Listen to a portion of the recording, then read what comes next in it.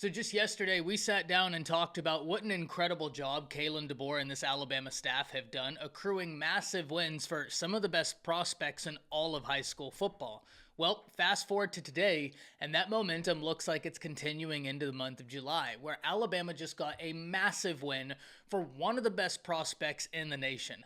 Four-star tight end out the state of California, Kaleb Edwards. We need to break this down. We need to talk about why this is such a big win, but we also need to shine light on who could be a secret weapon for this Alabama coaching staff. But before we can, as always, y'all know the drill. I have got to hear from you.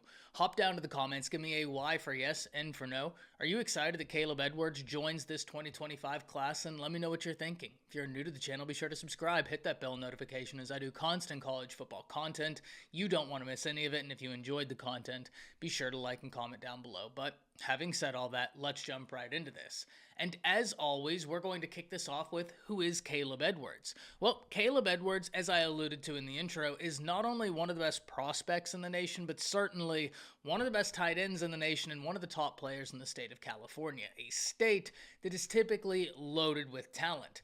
If we look at the 24/7 Sports composite, he comes in as the number 159 player in the nation, regardless of position, the number 8 tight end, and a top 15 player in the state of California. But interesting to note, if we look at 24/7 Sports rankings themselves, he's the number 119 player in the nation, the number 6 tight end, and the number 10 player in the state of California. Now, the reason why I give you both rankings is because it creates a question to me. Is this a guy we need to be looking at as a dude that could still fly up the boards, fly up these recruiting rankings? And honestly, I think the answer to that question is yes. Whenever we're talking about Kaleb Edwards, this is really a do-it-all type tight end, a rare sort of tight end, someone who is dangerous with the ball in his hands, someone as dangerous as a receiving threat, and someone who can still do the little things that you want out of a tight end, such as blocking. Now, don't get me wrong, that's a skill that all freshman tight end have got to really hone in on and develop because it's much different blocking someone in high school than it is blocking an SEC rusher trying to get to the quarterback. Every high school tight end is going to need to get stronger, bigger, and really hone in on that skill. So that's not relegated to just Kaleb Edwards. But if we're talking about what he brings to the table, he has the physical ability to be able to be a good blocker. He stands 6'6", 240 pounds. But one of the interesting things about Kaleb Edwards is what he offers in the passing game, because that's where he is, by all definitions, a mismatch. If we go back just about 6-7 months to the All-American game last season, Kaleb Edwards was someone who was there who was really turning heads.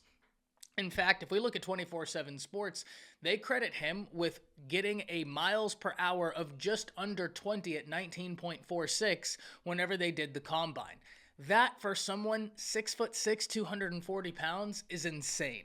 That means he can straight up move, and you can't teach 6'6". He has the ability to use his body to block out defenders and to make it to where he is the only one that can realistically get the ball whenever it's thrown his way, plus you mix in that top speed. This is a guy that a lot of other universities wanted. The Oregon Ducks tried real hard to get him a part of this class, but yet Alabama prevails. And this is the first tight end they have in the class of 2025. So this, in my opinion, is a very big win. What does it mean for Alabama's recruiting class? Well, they are firmly entrenched as the second recruiting class in the nation, as Ohio State got a big win yesterday, only furthering their lead, and Ohio State has one more prospect committed than does Alabama. But Alabama now has 21 prospects in this class, and let's be honest, ladies and gentlemen, this is a class that top to bottom is really, really good.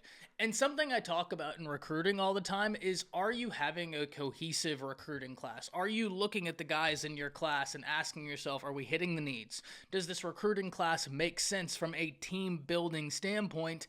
And the answer is yes. It's not just a class filled with names, filled with stars, filled with talent.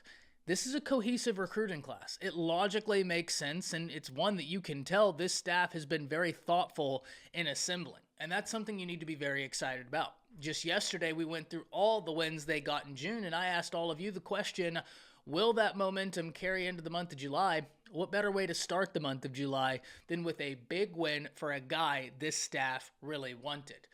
Now, finally, one of the things we need to talk about is something I alluded to in the intro whenever I talked about there being a secret weapon for Alabama's staff. And of course, I'm talking about Brian Ellis.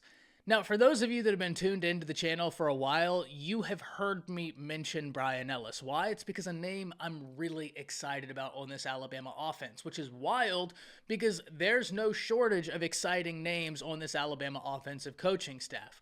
But Ellis to me is intriguing. Some college football fans out there might not be 100% sure who he is, but whenever you look at his resume, it stands out. This is a guy that everywhere he goes manages to put together a high-powered offense. When he was at Western Kentucky with Bailey Zappi, he broke records with Bailey Zappi, accruing and assembling an offense that was hyper successful. And now he's at Alabama as a tight ends coach. This is a guy that's coached a lot of different positions on the offensive side of the ball, and I love having him in a room with a Kaleb DeBoer, with a Nick Sheridan, with a Coach Shepard, with Gillespie, with Coach Cap. Coach Cap, by the way, was a former offensive coordinator as well. So you have such firepower in that room from just a offensive understanding angle. I mean, it is really incredible when you sit back and look at Alabama's offensive coaching staff and think about what all these guys have done. Coach Shepard was the passing game coordinator at Washington. Nick Sheridan, we know he's been a former quarterback, now offensive coordinator. He's done that before. He's worked with quarterbacks, worked with Michael Penix whenever they first got him. You look at Coach Cap, been a great offensive line coach, been an offensive coordinator. You look at Brian Ellis, he's been everything from a wide receiver coach, quarterback coach, offensive coordinator, passing game coordinator, and now tight ends coach. This offensive staff, in my opinion, is really dangerous. But the name that I don't think gets the love it deserves is Brian Ellis. And I'm interested to see not only what more moves he's able to make on the recruiting trail, but also the impact of his presence with this team. I can't wait to hear from all of you. Hop down to the comments. Let me know what you're thinking. That's it. See ya.